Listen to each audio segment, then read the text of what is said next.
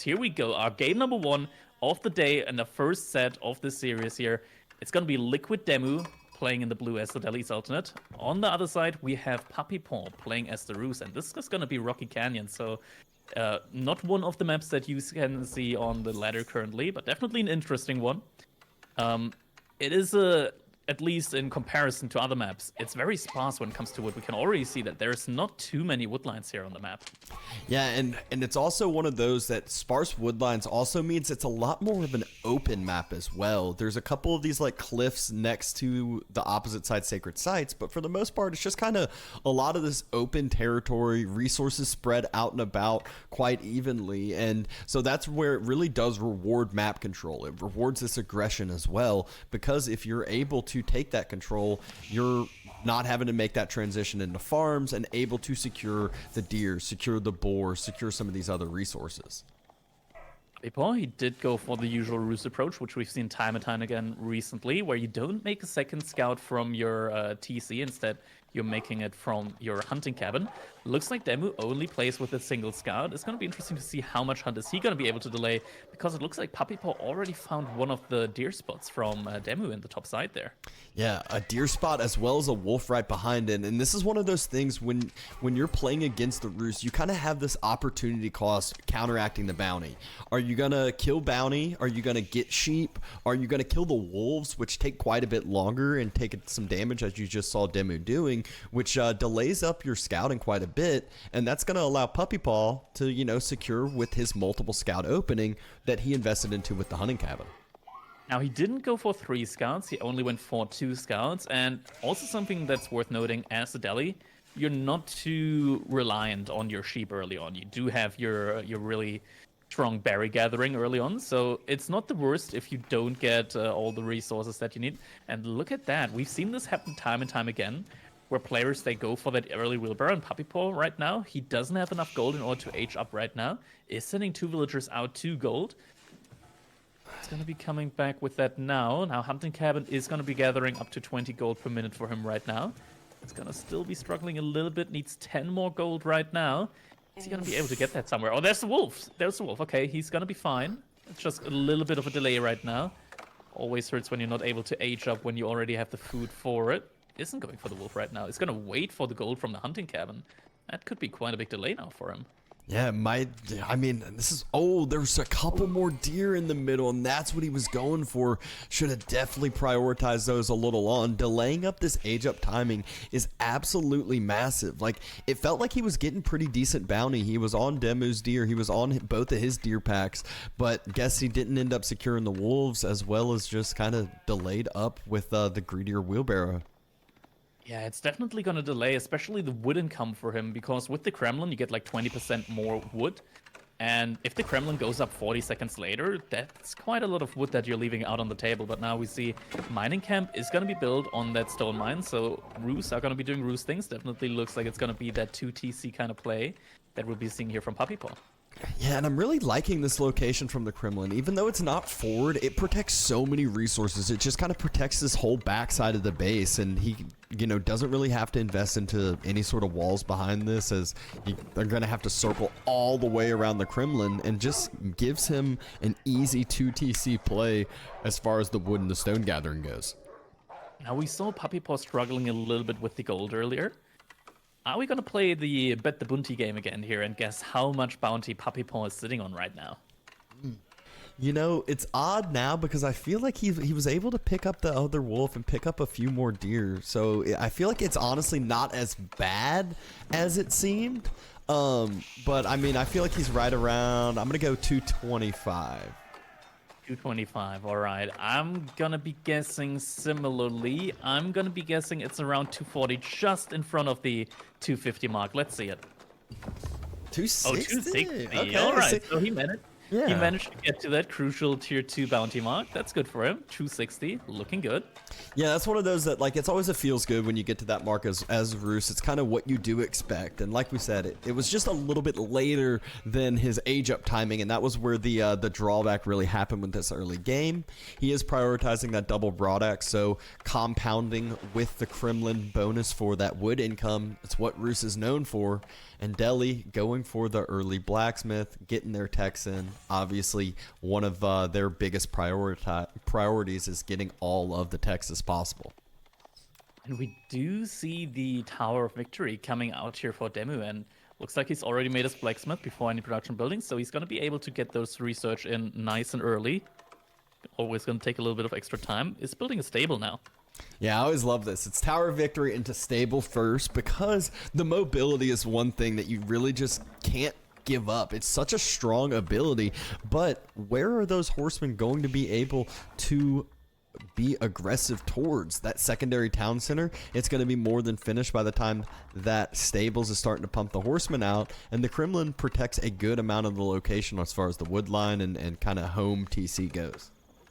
Yeah, there's definitely nothing to pressure here early on the side of Puppypaw. Like, looking at all the resources, also the gold is really close to his Kremlin as well, and worst case, you can always call in the Gremlins, and those dudes are fast. Now, not quite as fast as the horsemen, but they can definitely get in a couple of hits when they come in from the sides. And oh, it was another wolf left alive. Puppypaw is gonna say thank you and takes that one. Yeah, give it. Oh, might have a little bit of micro war, micro annoyance here coming in from DeMu. Puppypaw does have a little bit more health on his scout and has the second scout, so he could secure this in the long term if he wanted. However, doesn't look like he is prioritizing that for the time being. Just wants to pull the boar, have a little bit more fun with this. Has to be careful not to take the hit himself, though. I mean, Wolf is really low HP now. Oh, he went too far, and now it looks like DeMu is going to go for that kill on the Wolf, and berries have only just now run out, and he still has a lot of sheep under his TC. Yeah, and that's one of the nice things early on is Deli. You're not really eating into those sheep, and so once you run out of your initial berries, if you never had to get pressured off of them, which you didn't in this early game against Roos, now you're going to be able to have that food under your town center for a while, which this is the time when Deli starts to ramp up, starts to really take that map control. They have efficient production in their military buildings. They, as you saw, the scholars starting to move out. Sanctity is the plan, and the first sacred site is about to start being secured as we speak. Now, the horseman here is really low in HP, but scholars are going to be able to heal that one up easily. And now with the numbers, Puppypaw right now is only on a single knight. He isn't going to be able to deny that first sacred site from being capped. No, not at all, and that's where Delhi starting to already be in their kind of sweet spot, walling in that sacred site, and if he does that, that's going to be just gold for the long haul that DeMu is going to be constantly drawing on in. Yeah, getting that sacred site definitely really important. 150 gold per minute that you're getting passively. That's like 5 villagers almost that you're having on gold. Like, you just capped that, instantly 5 villagers, and that's going to be really important considering that Puppypaw is already 5 villagers ahead. Yeah, 5, and will continue to be climbing as that secondary TC has been working for a little bit of time, and now is the point where Puppypaw wants to get some damage with the militia. He called 4 of those, just going to dive under the town center, as those will end up running out of their lifespan with the timing, so it's just why not get some idle time, why not get as much damage as possible. Yeah, Gremlin's trying to do a little bit of damage here, but DeMu, having units at home, is going to be able to fend that off. And right now, I mean, military numbers are starting to climb for Puppypaw as well. Just DeMu, though, with the superior archer numbers right now and a lot of horsemen on the field, I feel like Puppypaw, he definitely needs to... I'm not sure if only knights is going to be the right play here from him. Definitely works in theory when you're looking at the units that are being made. But just the archers from DeMu, I mean, with the increased attack speed, I think it's like 20% increased attack speed, they're able to fire so rapidly onto those knights, and they still do quite a good amount of damage to them. I think, it tops out at like 2 damage per hit if both players have all their blacksmith upgrades. 2 damage per hit, that's almost as much as Shugadu would do, and once you get up to like the 40, 50 archer count, you're able to take down knights really, really quickly. Yeah, both players just going for that cavalry archer composition. No spears being put into the mix, but there are some scholars for DeMu, so that is one thing that can kind of transition this fight until Puppypaw really just has that archer number to one-shot anything and everything out there, which as you see, the 3rd archer range has been dropped. He's going to start climbing and climbing fast. Yeah, we see the wood income right now is for Puppypaw, 850 wood per minute. That's just where the Roos power spike is going to be coming in. All of that wood being gathered.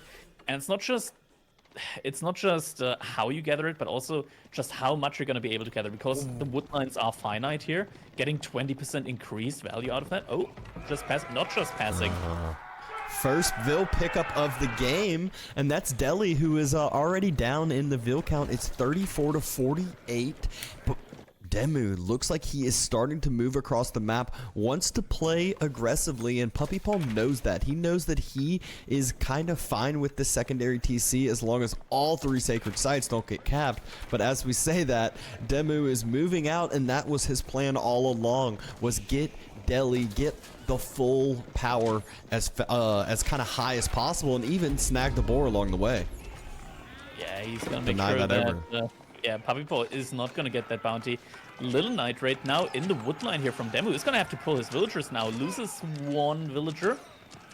Looks like it's only gonna be 1 villager though. Could have been way worse for him here. And Puppypaw is gonna lose a couple of knights. Yeah, losing that knight actually makes this trade kind of fine for DeMu, except if he doesn't kind of pressure with his military at some sort. I am worried for his home base and his villagers. Without having any spears on the map at all, it is going to be hard to deal with these little battalions of knight raids without it. And look at that. This little raid already paying off. I was about to say that it already paid off just because DeMu wasn't able to afford the last little couple of segments of wall there, but is going to get the wood in order to finish that. Did, however, take a little bit of a hit there when it comes to the archer production, and right now DeMu is behind in the archer count. Yeah, and that's one of those that the horsemen gonna take a lot more damage than those knights are as far as just that base damage goes. So if that knight number can kind of continue to climb up, it'll be a point where Puppypaw will feel like he can win this fight and win it pretty convincingly. But DeMu, with 3 sacred sites, he's planning on just pulling back and going to castle. Yeah, looks like Puppypaw does not want to have 3 sacred sites on the side of DeMu, so he is now calling in the gremlins. Definitely wants to decap one of those sacred sites now. Goes for the one that's closest to his base. Right now, almost. Yeah, at a 20 villager lead right now. Looking good for him. Looking good. He's going to be able to decap that. DeMu's resources right now not looking as hot as the income from Puppypaw. He's sitting at 600 food per minute right now. Puppypaw almost doubled that. Yeah, it looked like DeMu was thinking about Castle Age for a little bit of time there. He had about half the resources to go up, but looks like he decided to reinvest that into some more military as he maybe caught a glimpse of Puppypaw's force, realized he needs to maybe invest a little bit more to deal with this. Master's Curse, just as I pointed out, the income is climbing again for DeMu, and just as I call it out again, it's falling again. Interesting how that dynamic is shifting. I guess when you're on the tier, the villagers are able to just carry so much that sometimes it doesn't all come into that like 1 minute window in which the resources refresh in the graphs there. And now it looks like Puppypaw is going to be pushing on towards that second sacred side. And I mean, DeMu, he's getting close to Castle Age, but losing 2 of those sacred sides, he's going to need to supplement his economy and actually pull some villagers over to gold soon. Wait, Puppypaw is pulling his knight away from the sacred side? Isn't decapping it anymore? Huh. I think that was maybe a misclick, accidental thing, and there he goes. He realizes it. But this is one of the things where, like, DeMu's going, well, House of Learning as well. Okay. What do you think about that one? I think that's weird. I mean, there's so much stone on this map, right? Like, you got 1, 2, 3, 4, like 4 stone mines right in the middle of the map. And especially with how little wood there is, just having the option of taking map control with keeps, definitely really good. And now we see night raids coming in. I mean, some benefits from the House of Learning is being able to be relatively safe from raids because you're able to put villagers inside of your houses. Also, you get some better knights with the additional damage, also some better men-at-arms. Overall, I'm not too sure about, but surely DeMu has a plan here for it. New Age begins. Puppypaw about halfway there to Castle Age himself, but decides to go ahead and push forward a little bit. Knows that Deli, their big downfall here is you see it over in the top left. It's time. All those researches, all those techs, yeah, he gets to start clicking them up for free, but they don't get to come in that quickly. have a couple of crossbows. It's going to be making knights now. This is going to make it hard here for Puppypaw to engage, and looks like he knows, and he's going to be falling back now. I think Puppypaw right now, he's going to be struggling to find his way up to Castle Age. He needs a little bit more gold right now. Food already looking good for him. Has a really, really good income from the deer. Probably just wants to send in some gremlins from the side in order to delay DeMu a little bit and then look for a Castle Age of his own. But just the gold right now, he's struggling to find it. Yeah, the big question for me, though, is does one single sacred site make up for this Vil difference? As long as Puppypaw can get a stable castle timing, which he's forced drop-offs now, and will go ahead and drop the high trade house over on this next wood line. Yeah, high trade house definitely makes sense. Now, it's not the best wood line to make it on, and I'm not quite sure how that hunting cabin is. If it's a little bit too close, might be a little bit unfortunate for that high trade house, but high trade house definitely makes sense in so many levels, especially against a civilization like the Delhi, which got to Castle Age, are now going to be highly competing for those relics. Makes sense to go for the high trade house, and especially because it not just gives you a little bit of gold, but also gives you food access. Yeah, a little bit of those militia were waiting out, trying to deny the scholars from grabbing the relics, but relics are going to be able to be secured. We heard the first couple coming down from DeMu. Armies about to clash, but not yet. As far as the numbers, they're basically dead even as far as the military accounts go. Yeah, army value though, Puppypaw being 1,000 army value ahead, and I mean, the upgrades for him are gonna finish much, much sooner than from DeMu here, and DeMu, he's got up to 7 scholars right now. Usually when you go for House of Learning, you want to have the other landmark in H1, which gives you the ability to produce scholars cheaper. And yeah, that just means that he doesn't have the scholars that he needs in order to get these upgrades in as fast as possible here. Yeah, and the knight's just going to be such a big force. The crossbows number is starting to climb high for DeMu, but crossbow is going to be very easily dealt with just because of the sheer archer number on the other side from Puppypaw. Yeah, exactly. And I mean, Puppypaw now also adding in crossbows, meaning that the couple of knights that DeMu has added now aren't going to be that great anyways. And yeah, it's just the timing here. With the Delhi upgrades, it takes so long for them to finally finish researching. Wallow, probably not happening. Well, Puppypaw wants to play it safe. Isn't going to be engaging on that scholar yet. Now he's going to go for it. I mean, he easily could have one-shot it with all the charges coming in, but definitely the safer play. A little bit of a smaller knight mass has been spotted out. Doesn't want to lose any of those, and knights kind of grouping back together here to head back towards the base. I mean, right now, this could still be a fight that Puppypaw could take, at least when it comes to, like, kiting back and forth with the knights against the horsemen. Just because the archers, they're still tier 1. They don't have any upgrades on them, and yeah, they're not going to do too much damage to these knights from Puppypaw here right now, but it looks like both players are just going to be biding their time. Oh, Veterancy has finished in the meantime. Still missing the +2 pierce damage upgrade from Blacksmith. That still takes a little bit longer here right now. And Puppypaw just playing this defensively. He knows that, okay, yeah, you may have one sacred site, but my second TC is going to be a bigger benefit compared to this over time. Yeah, and we can see it right now. Puppypaw is almost at 200 pop, and now DeMu, it looks like he's been biding his time for long enough in his opinion. Now he's going for a fight, potentially. Never mind, doesn't want to take it. Oh, now he does, now he doesn't, now he does again. That main clash going to go in, knights heading in, charging into each other, archers, crossbows in the backside of each side, but this is a defender's advantage fight here, and Roos has the numbers, has the army value, and cleans up that front side so fast, and all of a sudden, DeMu is forced back with his immobile army, having to kite back, and this is not going to be a good look for him. Yeah, this is why horsemen just can't compete with the knights at all. It's not even a soft counter relationship between them. They just got obliterated by those knights. The base stats just not even comparable. And now, I mean, there's still a couple of crossbows, so Puppypaw can't just send his knights after them. Kiting still looking good for DeMu with that 20% increased attack speed.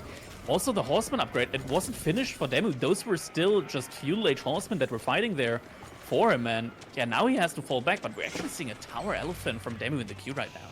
Yeah, that's one of those. I will say I played Deli the other day, and a couple of elephants came out, and I was like, I'm not used to this. I don't know what's good against those. Obviously, these players a little bit more in tune with that, but that's just one big unit, and he needs a lot of those to deal with the numbers that Puppypaw is sending his way.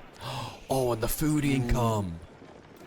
Has to retreat from there. I mean, the boar is not going to be an option for him, but now a lot of villagers are getting idled here. Tower Elephant is on its way, and I mean, these Tower Elephants, they're actually quite good here in this situation. Archers only deal 1 damage per shot. Massive pierce armor on those boys, even really good against units like the boys! No! The villagers! I think that was a misclick. Yeah, I think they were a little bit too eager to return back to work. I mean, working from home definitely seemed more appealing there, in my opinion. Now, I mean, at least right now, the army count is looking good again for DeMu. But the archers, there's still crossbows mixed in. These knights won't be able to keep chasing them. Yeah, Puppypaw has secured the sacred site for himself on his side, and still has a decent little... is that a keep going down in the middle? That seems to be a keep here. Now, there is no... Wait, both players are dropping a keep there. I saw Puppypaw doing it, and his keep goes up first, not in range of the opponent's keep, but both players, it's not going to be mountain clearing here. It's not a standoff for this middle keep, but denying that against DeMu is a huge, and even worse, DeMu struggling on the food is going to be struggling even harder as the Knights find gold and will just obliterate the Muslim side food income. Stealth Forest coming to the rescue, saving actually a lot of the villagers here. Only 2 villagers went down there. This could have been so much worse for DeMu there, and is able to run away with some of these villagers. And I mean, Puppypaw right now, he's sitting in 110 compared to 60 villagers right now. He's looking good, and now he's adding in siege as well. Mangonel, Trebuchet, all in the queue for him right now. DeMu, he's still making knights, but there's a lot of crossbows in the field for Puppypaw, and he's making even more right now. Yeah, we talked about this at the very start of the game, and just when we were talking about this map in general, was the map control and these pocket resources that were so necessary. You can see how much DeMu is struggling on food. He's on the berries, he's on the deer, he's on all these different spots in the map, and if Puppypaw just continues to raid these spots, DeMu is just going to continue to take vill losses or just continue to take idle time. I'm having a deja vu here right now. I feel like we've already been in a situation like this, not in the League Classic, but in Golden League. And yeah, I think in this situation, DeMu, he's gonna have to make something happen here really soon now. Initially, I really like the idea with the Tower Elephant. Just, I think that you can't stay with a single one. I would really like to see him at like a couple more. Like you already embraced the meme, might also just go for the finish. Because these Tower Elephants also do relatively well against Mangonels. They have a melee attack, and that melee attack actually does a lot of damage against Mangonels as well.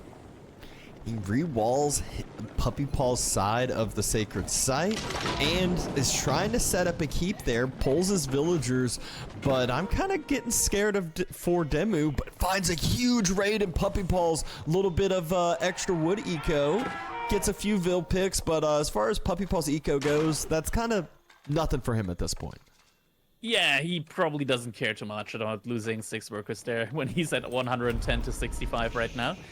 But the Knights might find another opening here. Now, right now, in the back, we still can't forget that DeMu, he not only does he have 1 of the sacred sites, now 2 of the sacred sites, but he also has 4 relics in the bank. So don't be deceived by the villager count. It's a little bit closer right now than it initially might seem. Now, Knights get caught out. Not a location you want to find yourself in. And Puppypaw, he knows Deli's other big weakness. It's matching Imperial Age, and Roos loves finding themselves in Imperial Age, and that's exactly what he is doing, going up with the high armory. And we already saw just a second ago with Vodka hovering over that farm transition from Puppypaw. He's already got a good amount of farms on the backside, so doesn't need to worry as much about all of these berries and deer and everything out on the map.